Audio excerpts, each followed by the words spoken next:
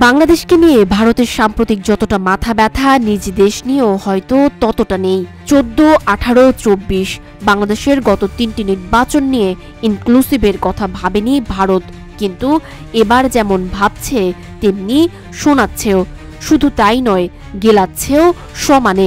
কথার বাহারও এমন যেমন বুলেটের গতি।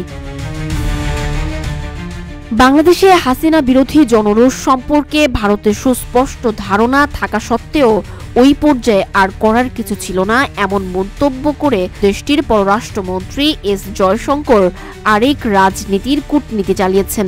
নিজ দেশের পার্লামেন্ট সদস্যদের তিনি বলেন, শেখ হাসিনাকে প্রভাবিত করার মতো যথেষ্ট ক্ষমতা না থাকায় তাকে শুধু পরামর্শ দেয়া ছাড়া তেমন কিছু করার পরিস্থিতিতে ভারত ছিল না। এদিকে বাংলাদেশের অন্তর্বর্তী সরকারের প্রধান ডক্টর মোহাম্মদ ইউনূস বর্তমানে চীনে একটি কর্মব্যস্ত সফরে রয়েছেন। ঠিক এই সময়ে ভারতের রাজধানী দিল্লিতে অনুষ্ঠিত হচ্ছে দুদিনের একটি ন্যাশনাল কনফারেন্সের মূল বিষয় implication of the political turmoil in Bangladesh.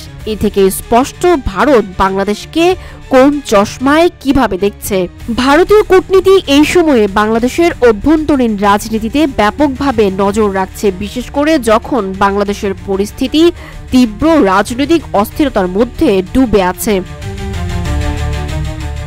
এদিকে ভারতের অস্থিরতার বিরুদ্ধে নানা পদক্ষেপ গ্রহণের প্রচেষ্টায় দেশটি বাংলাদেশে মালদ্বীপ সিন্ড্রোমের মতো পরিস্থিতি দেখতে পায়। এতে তারা বাংলাদেশে বিভিন্ন ধরনের কূটনৈতিক পদক্ষেপ গ্রহণের চেষ্টা করছে, যাতে বাংলাদেশের অভ্যন্তরীণ ঐক্য নষ্ট হয় এবং বিভাজন সৃষ্টি হয়।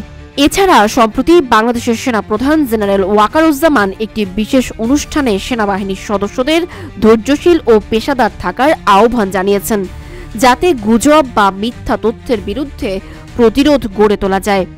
সেনাপ্রধান দেশের আইন শৃঙ্খলা রক্ষায় সেনাবাহিনীর অবদানের জন্য তাদের প্রশংসা করেন এবং সংকটময় পরিস্থিতিতে দেশের জনগণকে শান্ত থাকার পরামর্শ দেন।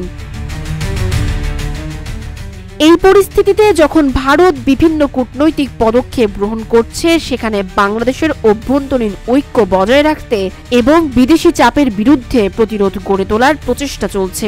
তবুও যে কোনো সময়ে যে পরিস্থিতি আরও উত্তপ্ত হতে পারে তা পরিষ্কারভাবে বোঝা যাচ্ছে।